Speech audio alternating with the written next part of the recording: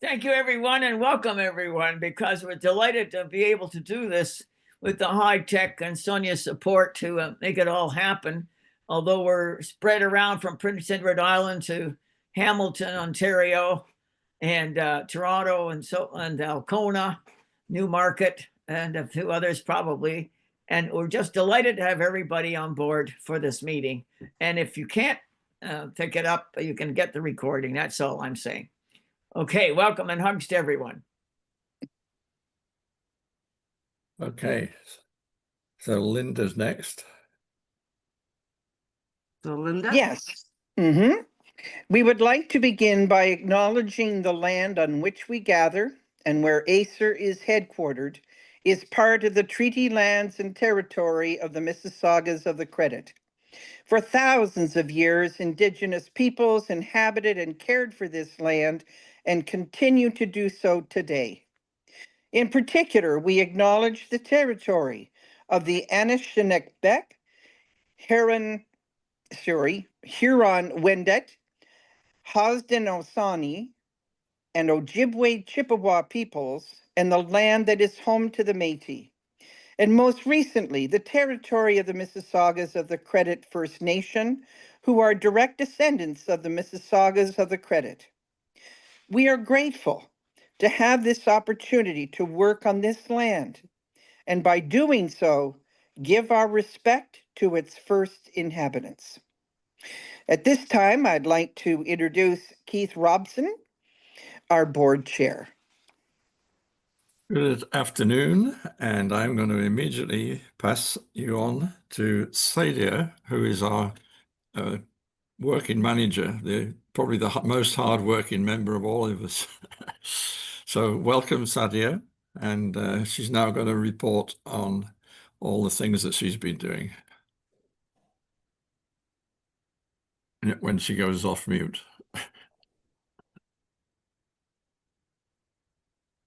There we go.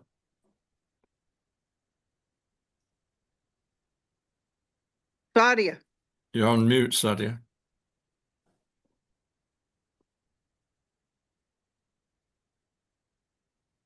Had trouble finding the screen to do that. Sorry, folks. It's okay. Away you All go. right. There we are. Okay. It's really nice to see everyone here today. I'm just going to, I was just trying to set up my presenter view there. Okay. And thank you again for attending our AGM. It's been a lot of hard work for a lot of folks in the past few years.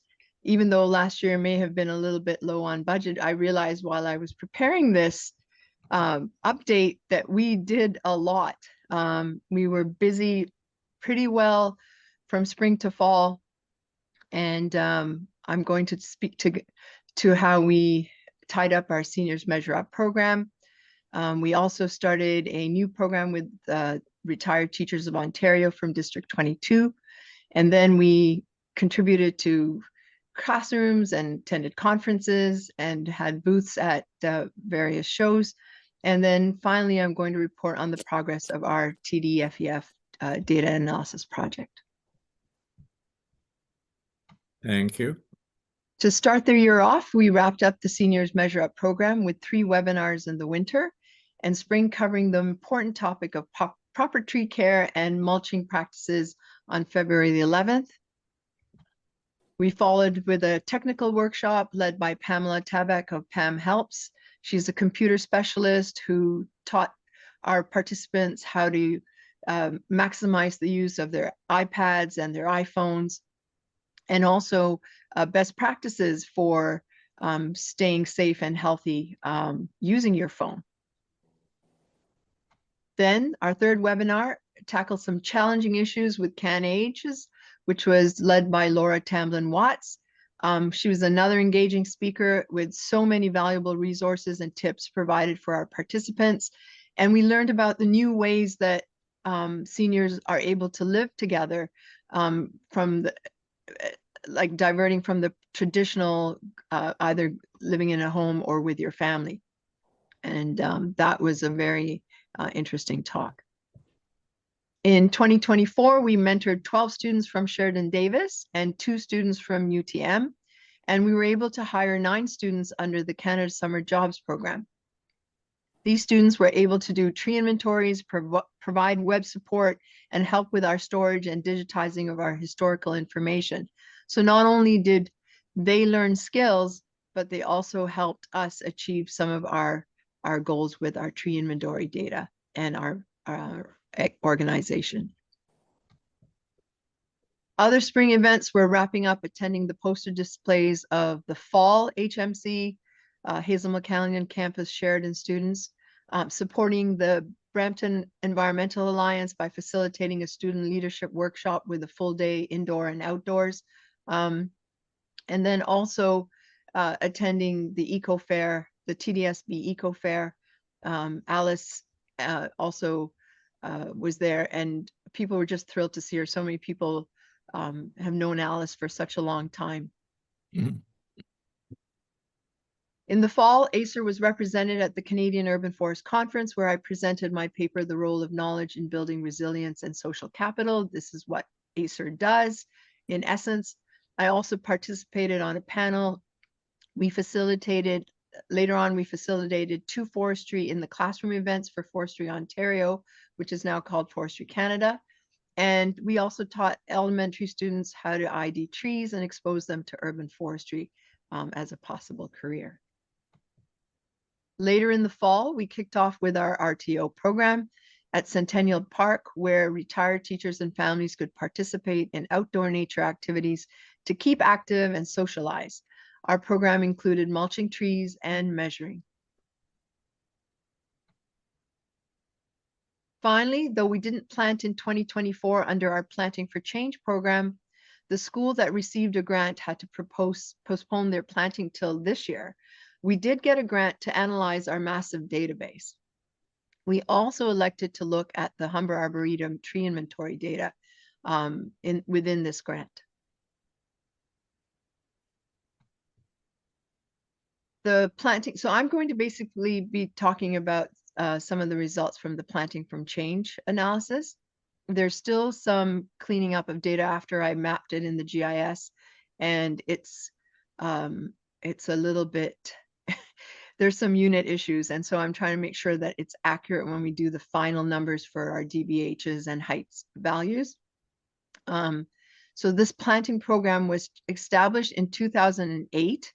And the tree inventory database covers 69 schools, though over 70 schools have been funded in the past, with 1 school being repeated because all their trees died.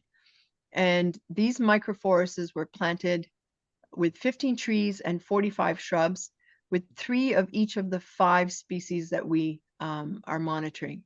And here's a typical sketch map that the schools do with a legend, and then the locations of where their trees are. Currently, we're measuring their locations using GPS off of our phones with the XY coordinates. But in the past, what they did was tie it into something that was permanent on the school property and then measured using a trundle wheel between each of the trees. The schools are mostly in the GTHA, actually all except for 1 that's up in Thunder Bay, and then 1 out in east in Cortes. And planting has been fairly consistent, with at least 3 Planting for Change microforests planted almost every year, with a few gaps in certain years. Over the course of the program, 70 P4C microforests at schools were planted, and as I said, 1 twice. In the orange is the number of trees planted, of course, and then the number of schools. Okay. So some major and general findings so far from the Planting for Change. So mortality has been pretty high. We've got 60% loss of trees. 9 schools lost all their trees. Wow. And some of this is because they decide to restructure or change their building sizes or add portables, so they remove the trees. Mostly, though, the mortality is due to mismanagement. And that is the people that maintain the fields. So they're using weed whackers. When I went out in 2021 to measure trees, I found a lot of girdled trees that were just dying because of misguided weed whackers. The other is that they get mowed over. Sometimes somebody in a big, lawnmower that they're sitting in just sees this little tiny thing as they're coming at it, and they mow it over. But the good news is that the trees that have survived, tree biodiversity doubles in natural plots, basically 5 to 10 trees, 5 species to about 10 and more. Some of these are invasive species, so they do need to be managed. The most successful species was bur oak, although they're pretty well equal, like the 17.5% were hop trees, and then about 27% were bur oak. So it's not a big difference amongst them, yet bur oak was the most successful and survived the most, and hop tree was the least successful. So one of the calculations that I did, and it's the carbon dioxide sequestered, and I thought this was the easier one to display. It's if we took all the first year plantings and this based on the size of the trees, they sequestered basically around 8 tons of CO2.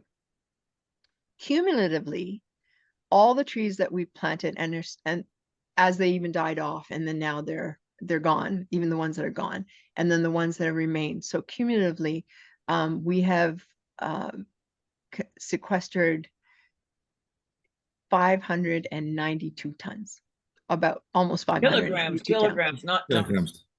No, 592 tons. That's 591,000 kilograms. I'm changing it to tons for you guys. Yeah. Okay, so 592 tons of CO2 Move the decimal 3 places to the left. Yeah, exactly. So keep in mind, an urban forest in a typical city sequesters approximately 1,500 kilotons, right? Tons of carbon per year. So our contribution is quite impressive that we've been able to do that. And the picture right here is on your left-hand side is a newly planted. This is how they look with the 45 shrubs. And this is what on their right-hand side is what the trees end up looking like. And in this case, I believe 9 trees have survived, but other trees have also come up at D.L. Kennedy. Yes. Right in the urban center of exactly. Of Mississauga. Yeah. Dead center. In the courtyard. So just a little bit about Humber Arboretum. To study it, it was established in 2002 to study the impact of climate change on species within an urban heat island, albeit in a more natural surrounding.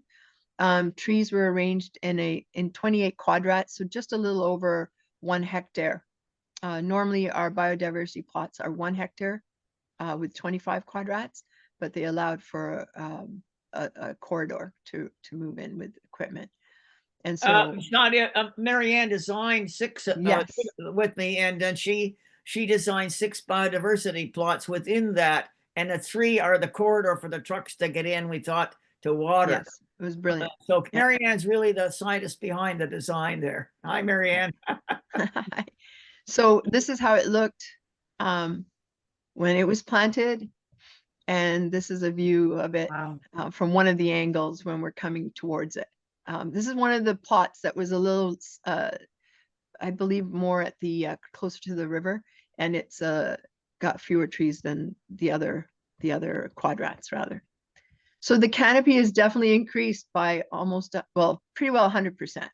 And the species that have been established, they planted over 30 species, but the species that have established themselves are maple, ash, walnut, and spruce.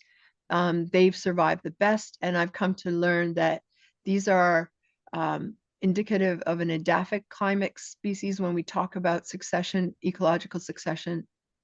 And it indicates that these species are associated with local extremes in site conditions, so such as low nutrient sites, dry sites, and sometimes in floodplains sites. And the edaphic climax refers to a stable, mature ecosystem's climax community, and it's primarily determined by soil conditions rather than climatic factors. Really? So what are some recommendations that we can make so far? First, we need to create a tree management program for schools, and that includes training.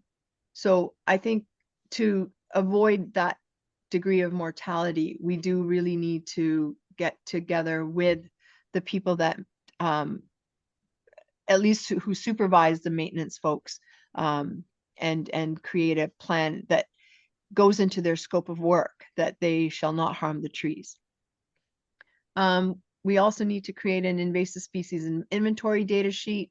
I think we need to move to the next stage now, where we can now document the increasing biodiversity. And so we need to build a system for that, the same way that we've created a system in our biodiversity plots, and merge it with our P4C tree inventory data collection method. And especially for this can especially be piloted for our naturalized P4C schools, where you saw the TL Kennedy one where it's kind of maintained like a park, but about 7 schools that we have let the area naturalize, and so we see way more species in there. And when I showed you that they increased by 10, by 5, that's a tree species. Their understory species are out of the roof. Like, we started counting and we had 15, and we weren't even finished half of the naturalized area. So the understory species and shrubs are much higher. We need to also create a guide to identify invasive species for these microforests. We did make an application with the Invasive Species Council this past year in 2024 to do that, because ACER is one of, actually the only group that has been monitoring microforests since, of course, 2008. And currently, in the last 5 years, microforests have become one of the ways to increase canopy cover in municipalities. And it's actually controversial. People feel that it's not in line with the way that they plant trees in parks or city streets or even along boulevards. And they're only opting to maybe do these in parks. But I believe it can be done on boulevards, definitely in schoolyards, and other places as well. And then we need to revisit the species planted to supplement P4C plots so that we find more success. So we're achieving the goal not only of creating an outdoor lab, but we're also achieving the goal of increasing canopy cover.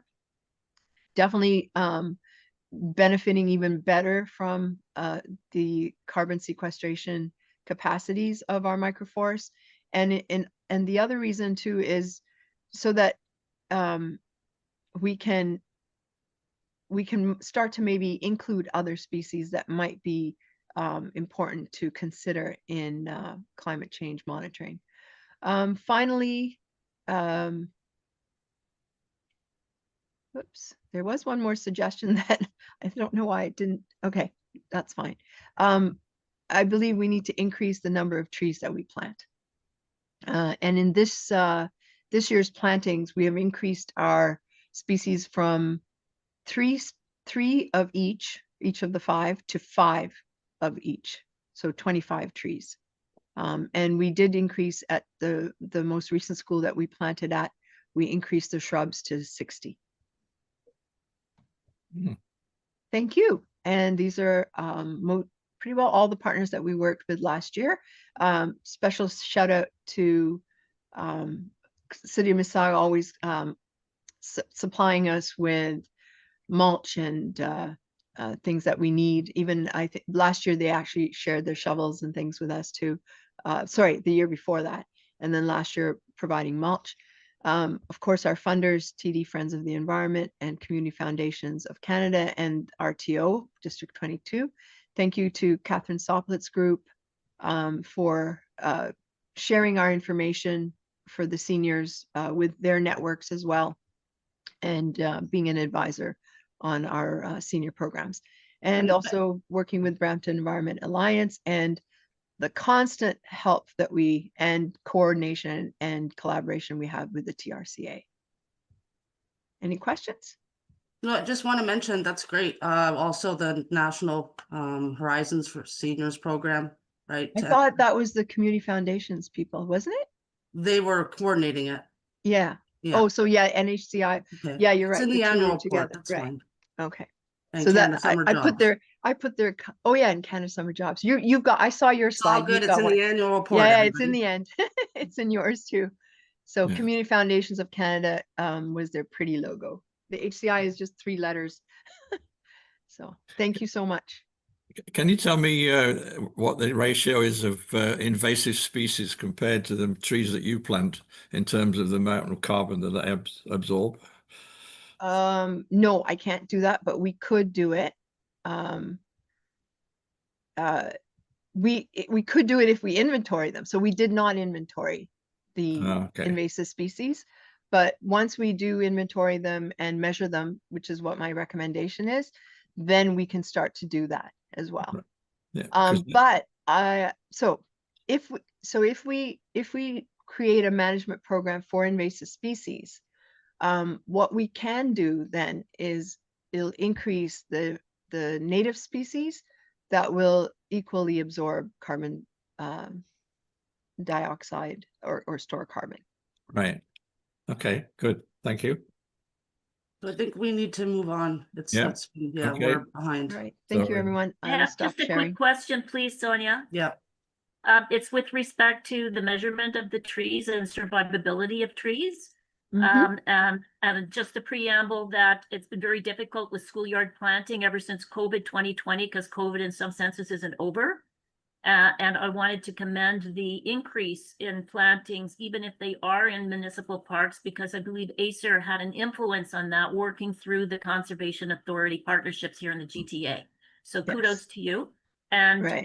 the question is, what was the survivability of the plantings from 2020 and the original pilot project for Project Crossroads? We did not go back. We went back in 2023, I believe, with some Canada Summer Job students. Yep. And I don't think I don't have that number.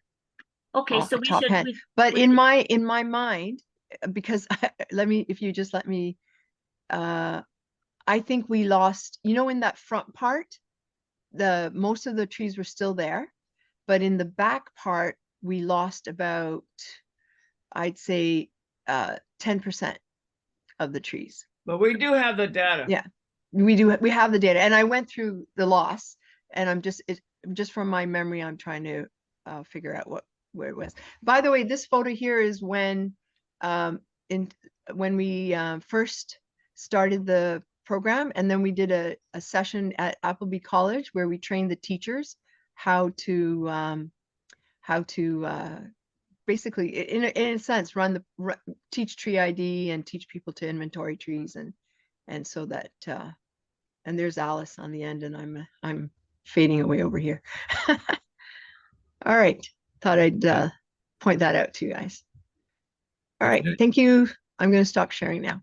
Yeah, thank you. Okay, and now we go to Marianne Karsh. There she is, waiting for us.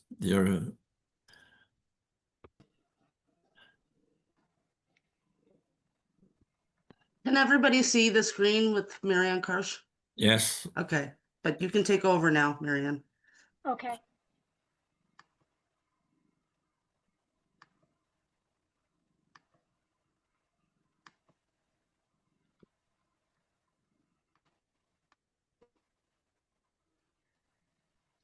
Okay, so I wanted to thank you, first of all, for inviting me to your AGM, and I'm happy to report on a survey that ACER did.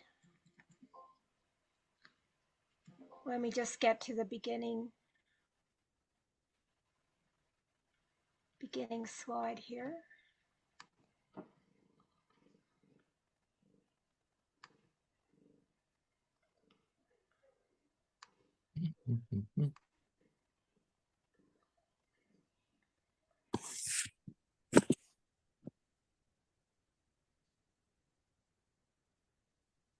As Okay. a preamble, I might say that Marianne took on this job of analyzing the survey we did in the field before and after planting. And that was really important to be able to digitize and analyze that, those anecdotal and then the checklist, whatever survey we had created. It's something we should do more often before and after plantings. You'll see from her results, from her report, I think. It'd be recommended we carry on this effort. Yeah, it was really interesting to analyze these results. So just to give you some background, or to remind you of the background, there were 30 participants that completed a questionnaire, quite a few questions. They completed this during the summer of 2022. Most were from the Sheridan College Davis campus. And the students were drawn from the Mississauga or Brampton area. That's where they're living. So 15 participants were between the ages of 10 and 17, and 10 were between the ages of 18 and 24. And what was really fascinating for me was that the respondents spoke 13 different languages beside English. So that's what this graph is showing here. So it just shows that we're in a very unique place in the Greater Toronto Area. So this was, we asked a question whether they had either planted or measured a tree before. And over 50% of the participants had never planted or measured a tree before a event. And so this suggests that ACER's tree planting, tree measuring events significantly reach people who have never had this experience before. So that's very important.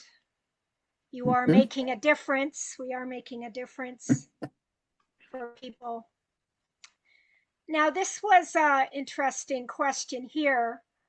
We wanted to know how being outside in nature has helped the participants who answered the survey. So if you look at the bottom three, these become meaningful to us statistically, and that if we did another survey, we might depend on some of these same results being repeated. So the survey results suggest that time in nature significantly reduces stress.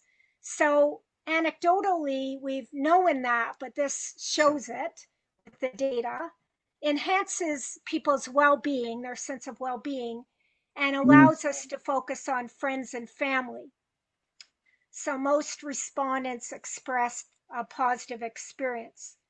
And these other ones, you know, being relieved from COVID-19 worries, or being distracted from daily worries, daily life.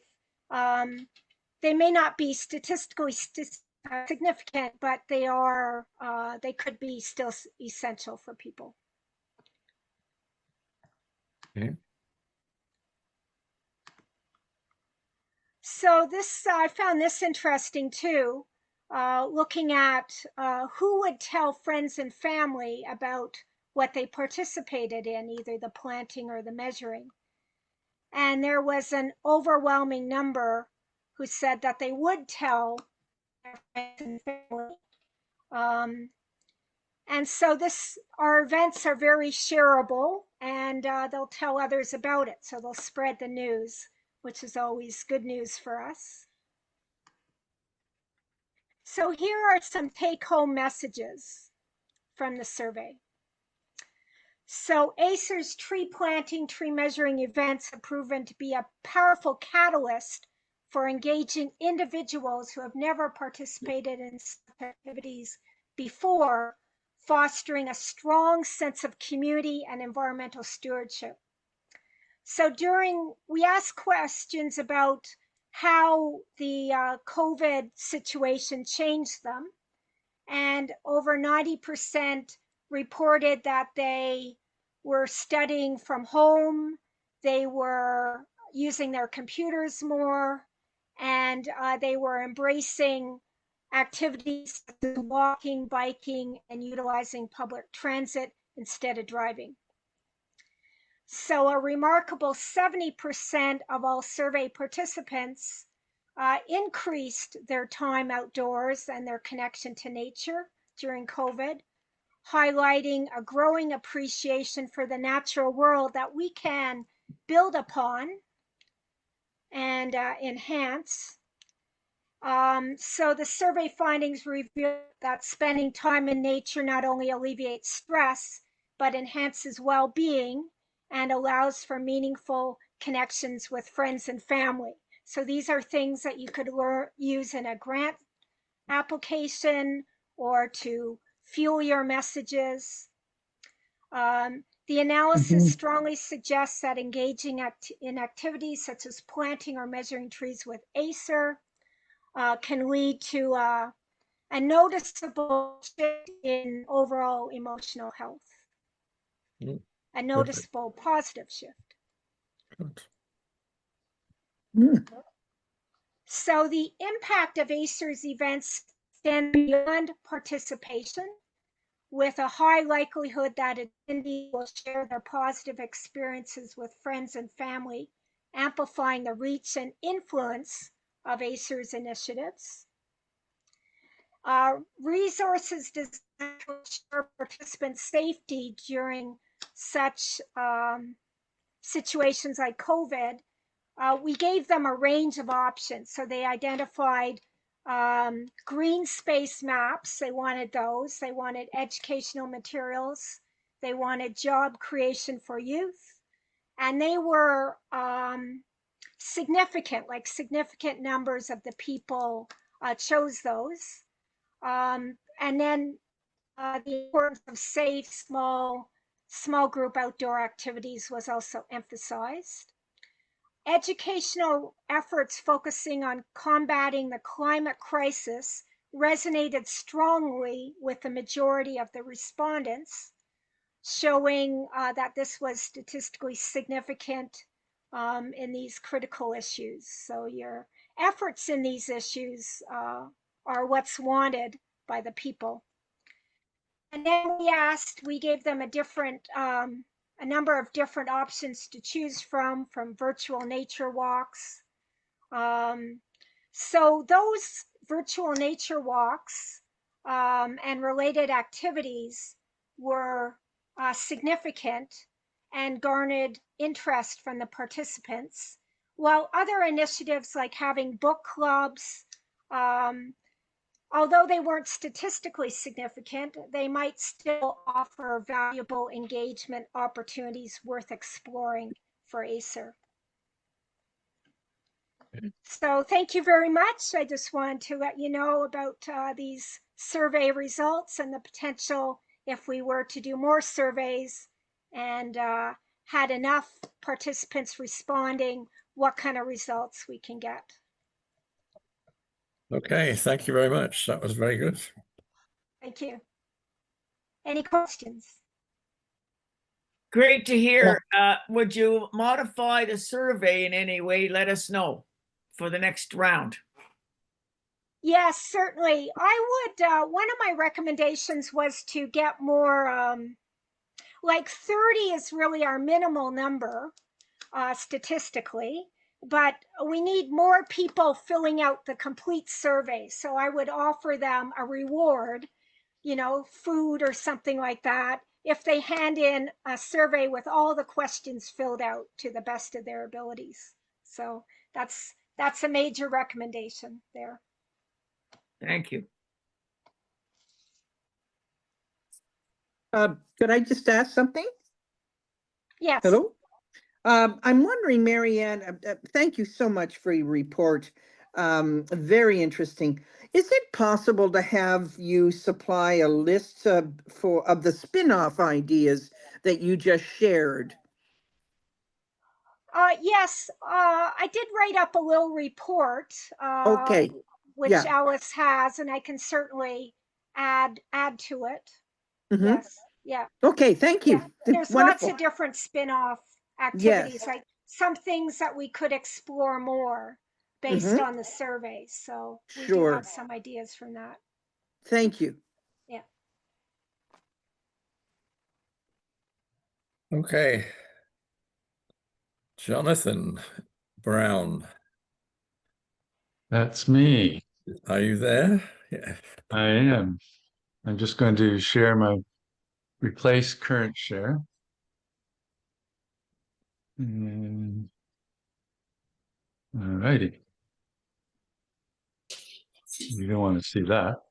Yeah, I met Jonathan when he came into the office when we had downtown in Port Credit, and because of his experience in education, we really found common ground to work together. And as a result, he really was the point person for running the Ganaraska Region Conservation Authority project we had of planting over 1,000 trees down there. And then that led somehow or other through his research into hackathons, which led into the one in Mississauga, which he's talking about today.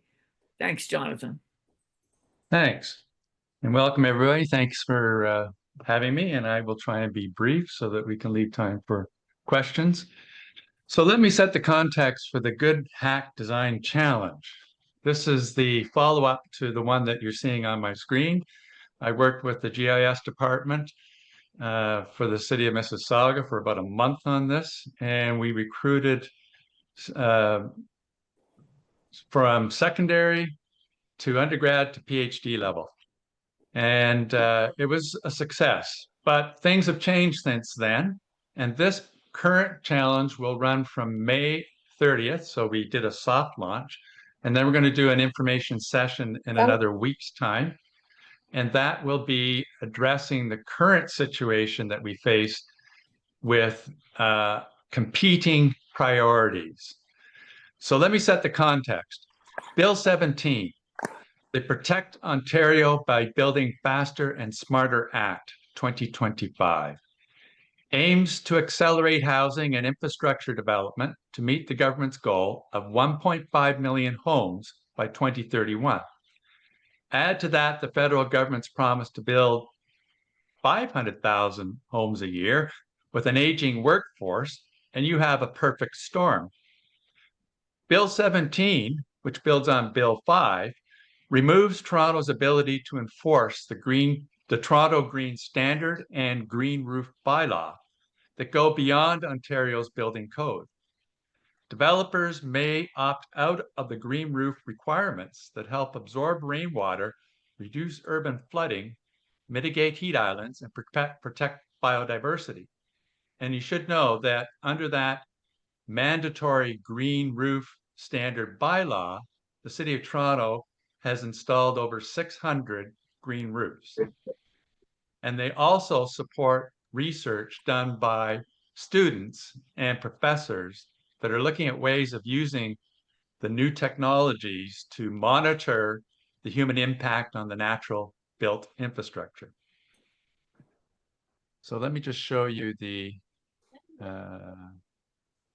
wait, where is it? Wrong one. Well, I'll just say, so for growing the success in Mississauga, they do have an action plan for new housing. The city of Mississauga does have a stormwater credit charge program, and they have started to do the same things that the city of Toronto has done with green development standards, but they also will be subject to Bill 17. And so they are in the same boat as all the other 444 municipalities across Ontario. So we have had, here's our challenge page. It's the soft launch. And here's the challenge. And I'll just let you read that challenge statement and then move on here. With mounting pressure to meet ambitious national and provincial housing targets, the Good Hack team have a daunting challenge. And there it is on the screen. I'll read it out for the recording.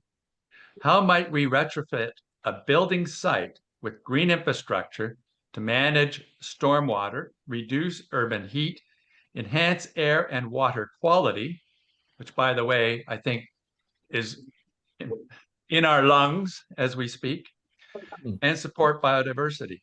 The teams are taking on one of the biggest challenges of our time: build fast, efficient housing without sacrificing sustainability.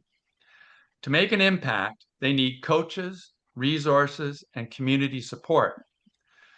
Fortunately, we have support from a bright group of U of T students, and this is Dr.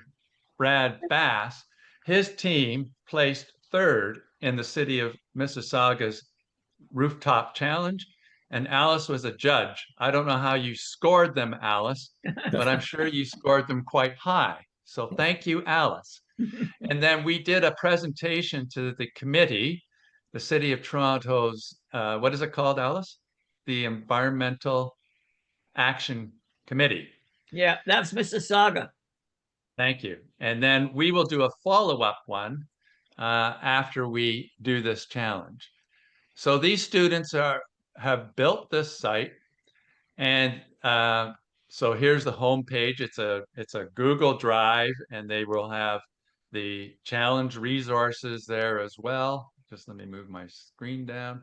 And then we will be adding resources to this site, and we will be curating the resources, not creating them from scratch. And so we will be pointing to databases and then tutorials that we will take out of these.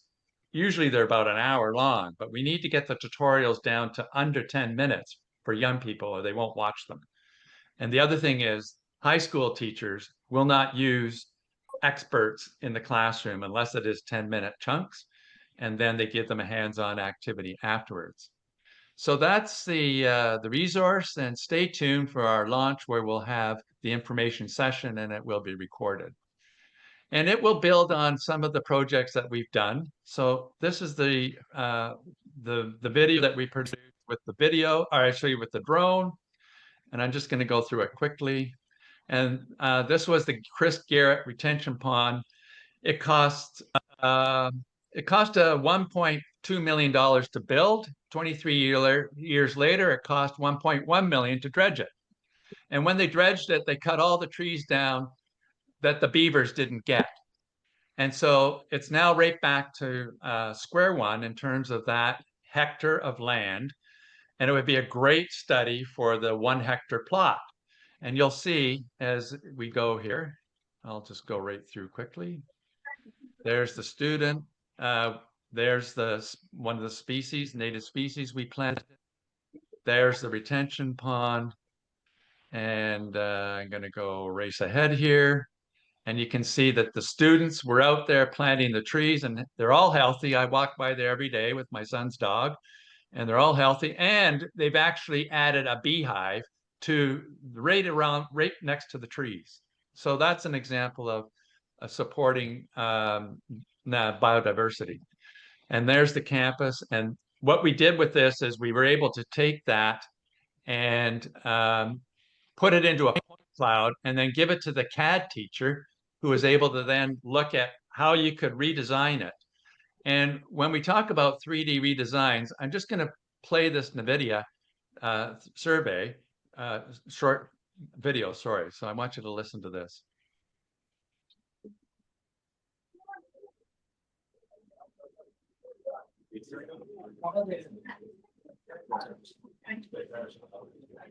Just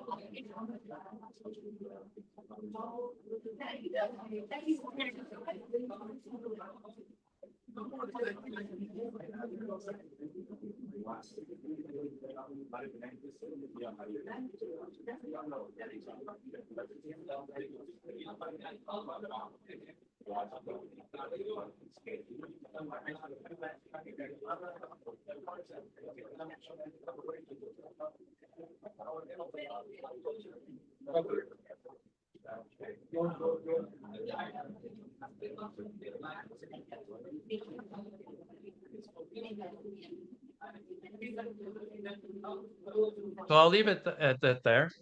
And I just want to say that the students' work will be showcased at an event that the Ontario Ministry of Natural Resources is hosting on October 1st in Peterborough. The theme of that event is From Concept to Reality, Twinning Physical Assets for Better, Faster Builds. Alice was so impressed by the 72 participants and 27 teams who competed in our last hackathon that she came up with one tremendous idea. The Good Hack 25 teams will soar when they get their hands on this. Where is it?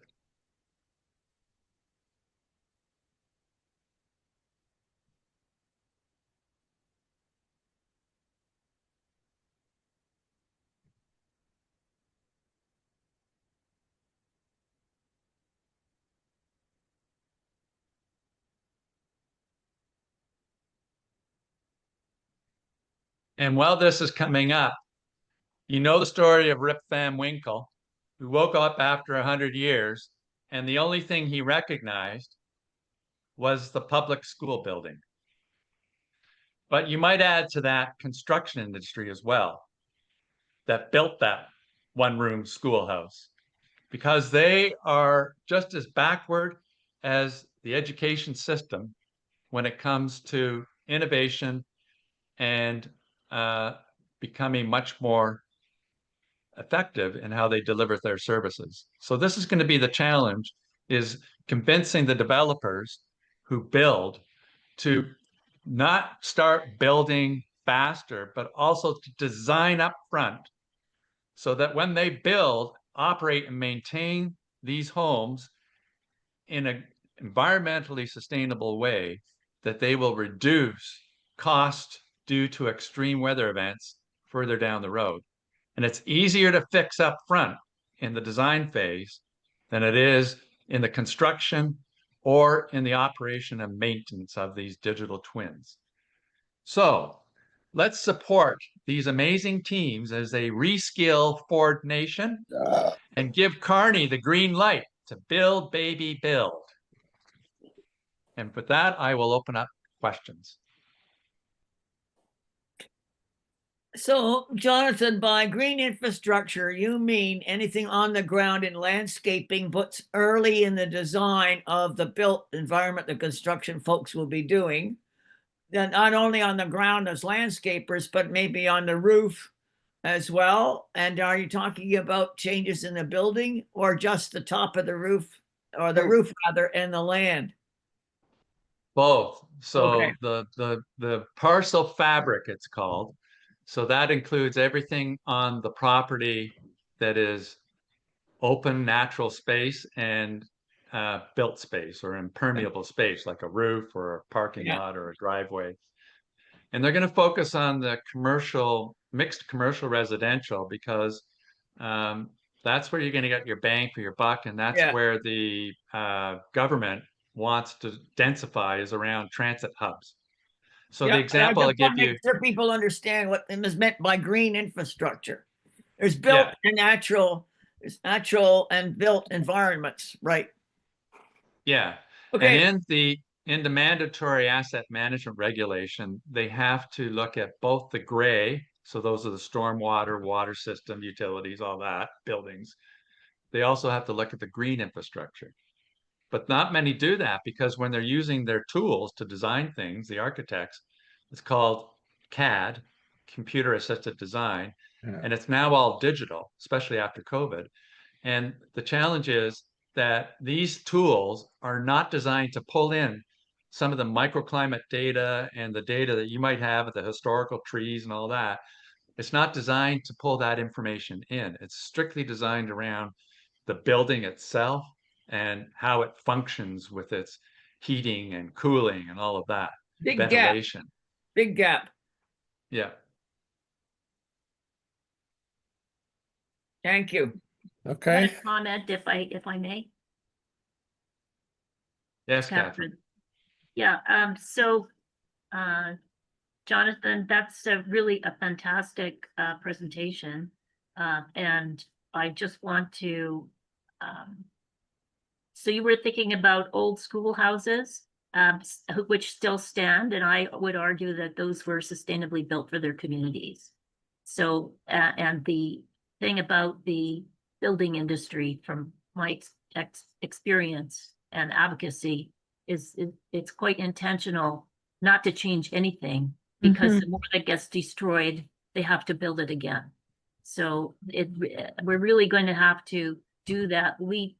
And I believe the work that you're doing with the drones is going to be faster than they can keep up. So I'm very hopeful. Yeah, and to your point, I mean, I like the idea of the one-room schoolhouse and the multi-generational or multi-grades helping each other. I like that vision.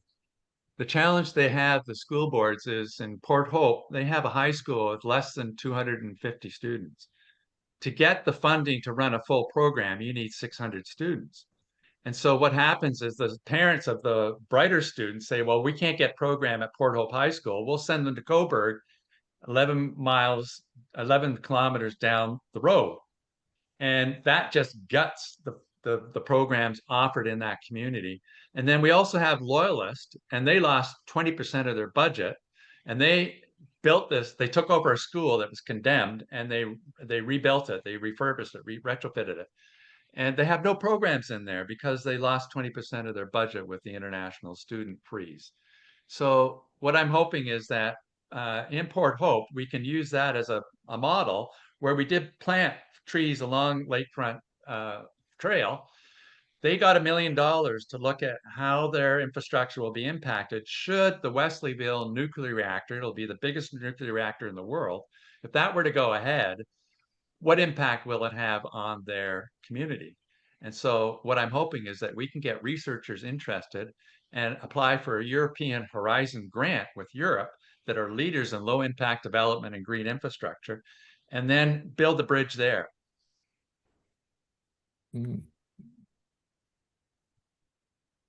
So Okay. Catherine and I, by the way, met when we're dealing with some political backroom work as volunteers.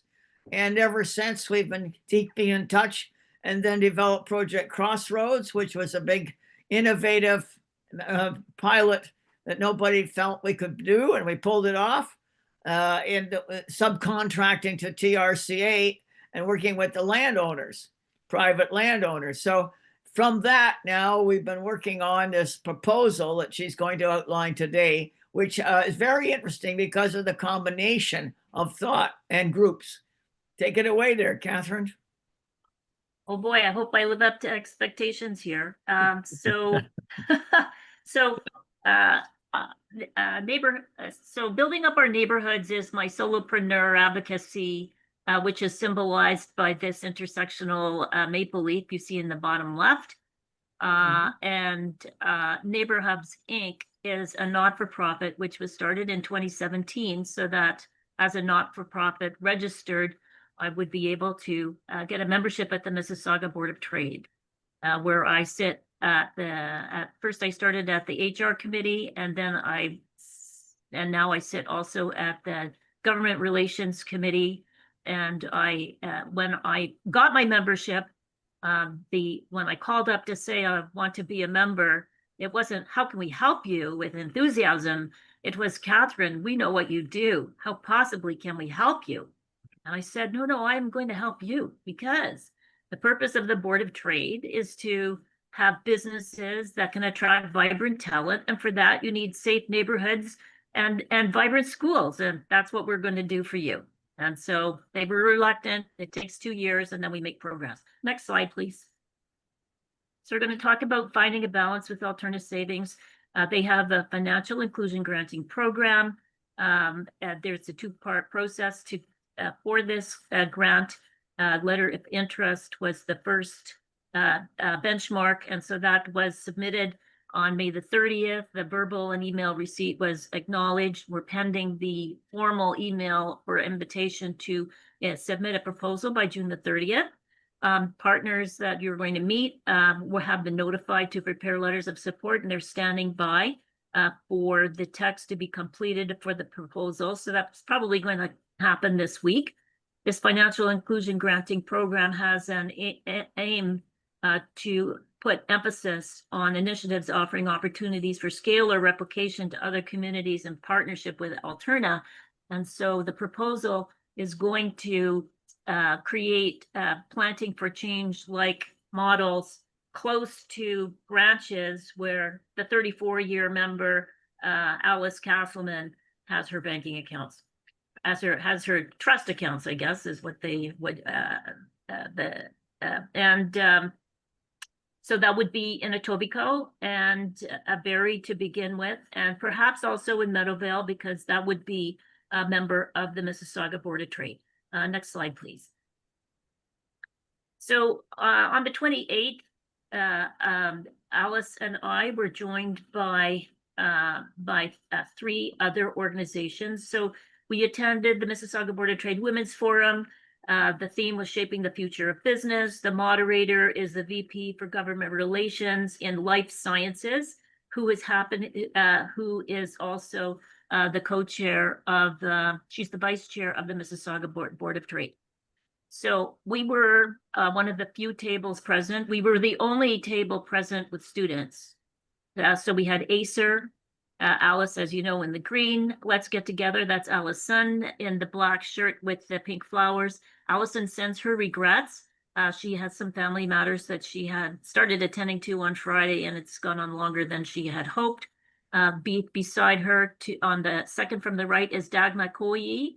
She is the founder and executive director of REST Centers, which is an organization that partners as a service provider for Region of Peel to assist youth aging out of care with the Peel Children's Aid Society, to keep them housed, keep them into their academics until the point where they can support themselves with a job. We have the 2 lovely interns in the middle. There's Haley, who's online with us today, Athena, who's online with us today, and to the woman in the back, next to Athena, is Dr. Remy, and she has Women's Focus Canada, which has a mission to eliminate poverty by engaging women, especially in civic action, and a focus is on to uplift the Black community. So the key takeaway from that conference was this hashtag accelerating action. Jonathan, I want to know if you've heard that word before. You can tell me at the end. And accelerating action is about closing the loop on deliverables which achieve the UN Social Development Goals. So the nonprofits represented, these startups, these entrepreneurs for social good, deliver climate action, digital equity, eradicate poverty, address gender equity, and inclusion and engagement. Next slide. The context we have is so just this past week, something called the Peel Youth Charter, legacy document from 2007. It was formally re-endorsed in 2018, is back on the agenda this Thursday coming. The Region of Peel Community Safety and Wellbeing Plan, and its updates are being received at the Region of Peel. The purpose of the Community Safety and Wellbeing Plan is safer neighborhoods, more vibrant schools, improvements to public health, and the betterment of youth.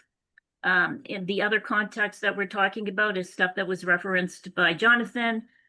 We had the general election, the provincial election, and Bill 17, Bill 5, Bill 6, name the bill. There's a lot of them. Next fall, we are having the general election in the municipalities. It's the regional governments and the municipal governments that are in the realm of the regional conservation authorities.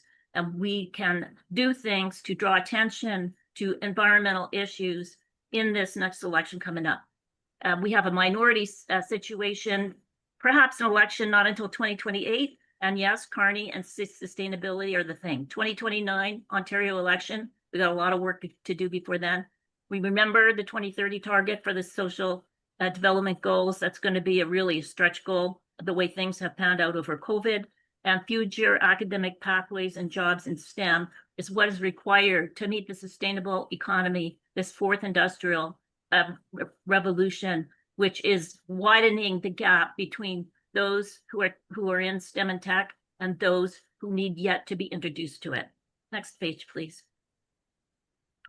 So I'm just pulling out from history. We made some great benchmarks in 2021. In 2020, and that were summarized to the Mississauga Board of Trade, Environment, and Sustainability Committee in July or June of 2021. And next slide, please. So some of the slides from that deck spoke about the ACER's entry in the Sheridan College Open Innovation Challenge, showing how we would make progress on the SDGs by 2020, which was a qualification of the competition. And next slide, please. And this is the this slide in the deck is linked, so you can see the testimonial from 2020 of the impact of Project Crossroads, and on the right is the impact of the presentation of the results to the Region of Peel, which resulted in a letter of support for a massive grant application proposal to Environment Canada, which was declined. But in the letter, Peel Region said, we are meeting the Peel Climate Action Plan parameters and producing KPIs against the federal environmental climate plan. So that's the end of the presentation. Two things I just want to add on. First of all,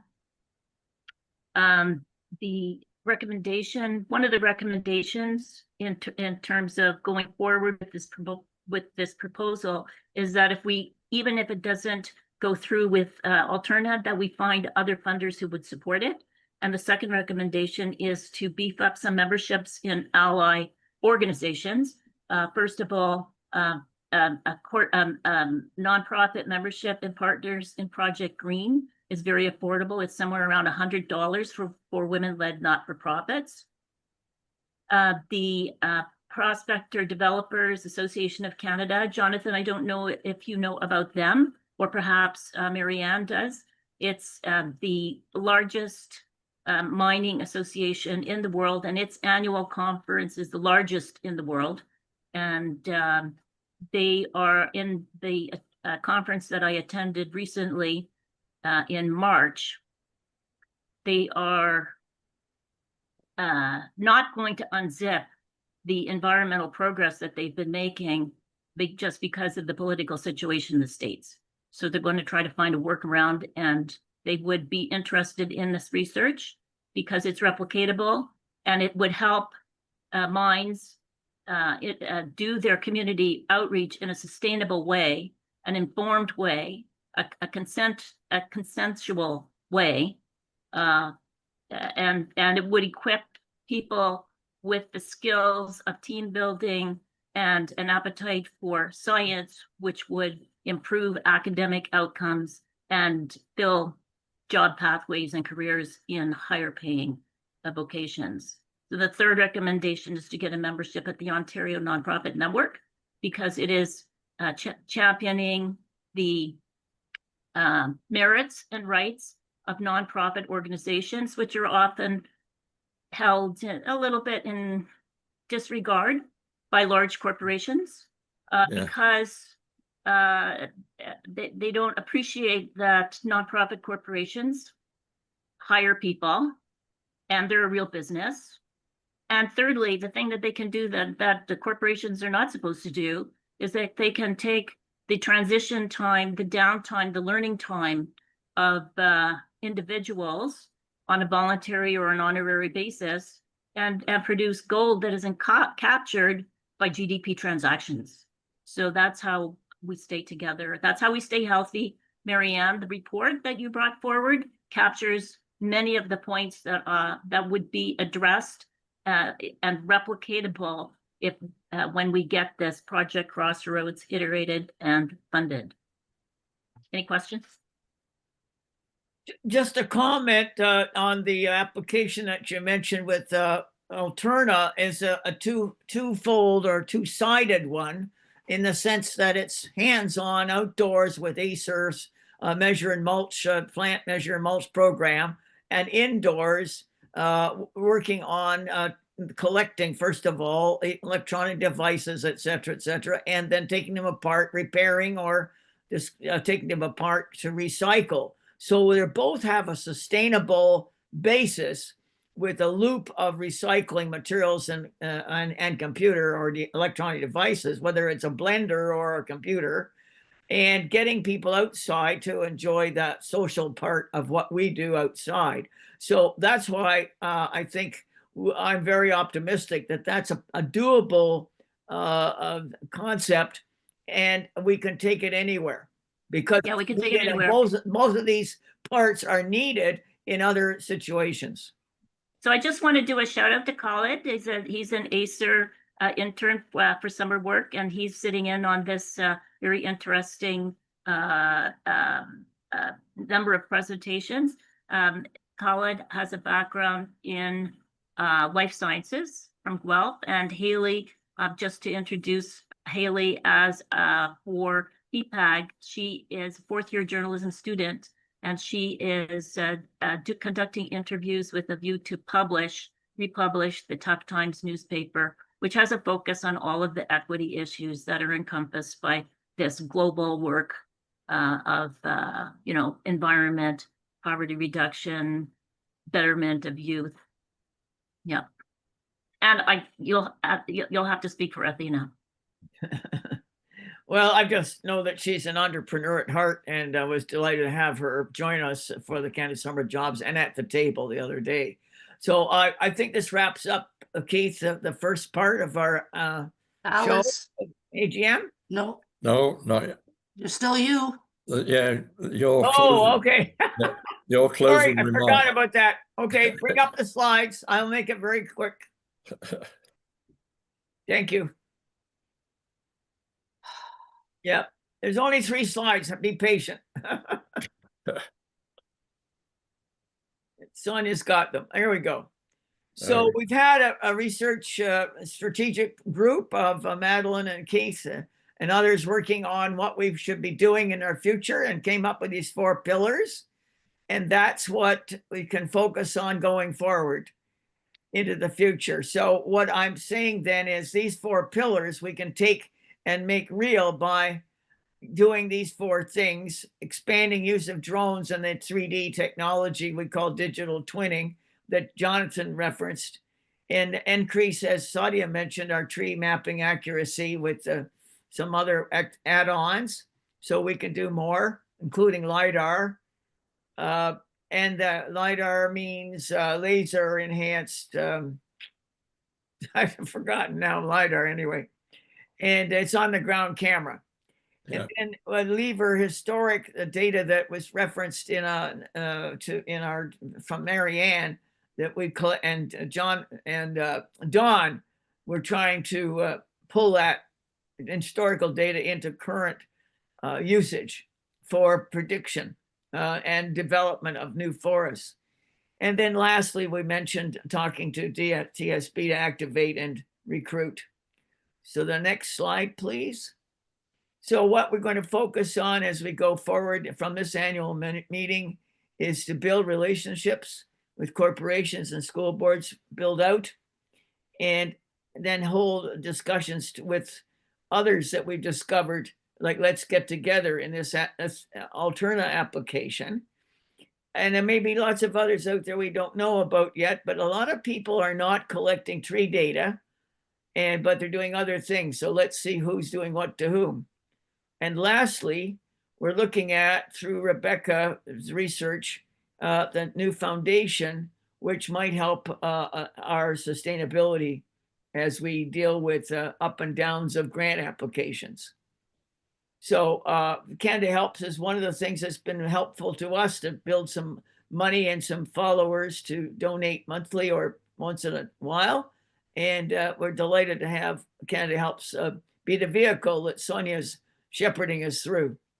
So that's about what I want to say, except thank you for this opportunity and big hugs to all. Here we are. So what I wanted to make sure of is that we have everyone giving best wishes for each other.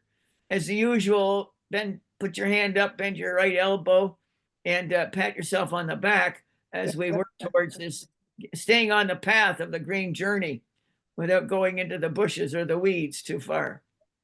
Anyway, thanks for everything so far. And I hope you know you're invited to the next part, but we have about 20 minutes or so of the legal requirements to keep our charitable status. But everybody's welcome. And you should know that unless you've paid your membership, you can't vote, but that doesn't mean you can't listen and participate.